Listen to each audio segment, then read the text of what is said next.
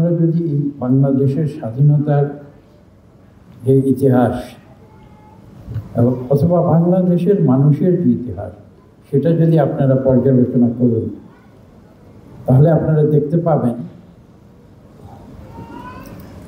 যে ইতিহাসের বিভিন্ন লগ্নে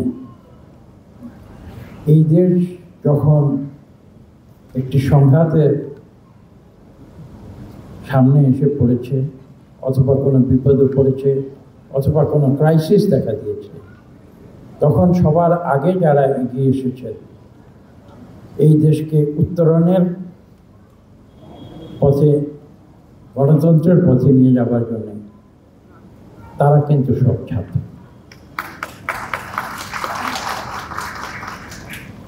কিছুক্ষণ আগে একজন বক্তা একটি পরিসংখ্যান বলেছেন জাপান এবং ইউরোপ এবং পাশাপাশি বাংলাদেশ। এক সময় আমরা চিন্তিত ছিলাম যে বাংলাদেশের জনসংখ্যা অনেক বেড়ে গিয়েছে এবং বাংলাদেশের যে অর্থনীতির যে ক্ষমতা, সেই অর্থনীতির ক্ষমতা দিয়ে আমরা তরুণ সমাজকে সঠিকভাবে ব্যবস্থাপনা করতে পারছি না। আপনারা হয়তো এখনকার দিনে বুঝতে পারেন না, আজকের ছাত্ররা প্রতিবাদ করছে অসীম সাহসে, কিন্তু তখনকার দিনে ছাত্রদের পাকিস্তানের গভর্নর জেনারেলের বিরুদ্ধে সামনে দাঁড়িয়ে কার্জন হলের ভেতরে প্রতিবাদ করা কিন্তু খুব সহজ কথা ছিল, কিন্তু সেই প্রতিবাদ ছাত্ররা করেছে। এবং যার পরবর্তীতে আপনারা জানেন যে 1952 সালে যে কথাটা আমি বলেছি, ভাষা আন্দোলনের মাধ্যমে এই ঢাকা বিশ্ববিদ্যালয়ের ছাত্ররাই কিন্তু প্রতিষ্ঠা করেছিল আমাদের যে অধিকার, ভাষার অধিকার, মায়ের ভাষার অধিকার।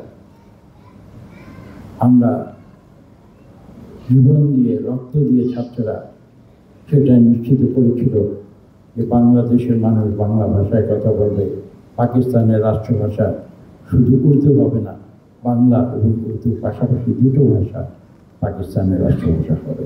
সেই গৌরব কিন্তু ছাত্রদের ছিল। আমি আশা করব, প্রত্যাশা করব যে আগামীতে যে জনগণের ভোটে যে সরকার নির্বাচিত হবেন, তারা বাংলাদেশের শিক্ষা ব্যবস্থাকে আবার সুন্দরভাবে নতুন করে তারা ঢেলে সাজাবেন, যেখানে একদিকে মেধার লালন হবে, অন্যদিকে মেধার পাশাপাশি বিভিন্ন এক্সট্রা কারিকুলার অ্যাক্টিভিটিসের মাধ্যমে এই দেশের সুনাগরিক হয়ে এই দেশের নতুন প্রজন্ম গড়ে উঠবে, যাতে করে তারা এই দেশের ভবিষ্যৎ পরিচালনার দায়িত্ব সঠিকভাবে গ্রহণ করতে পারে।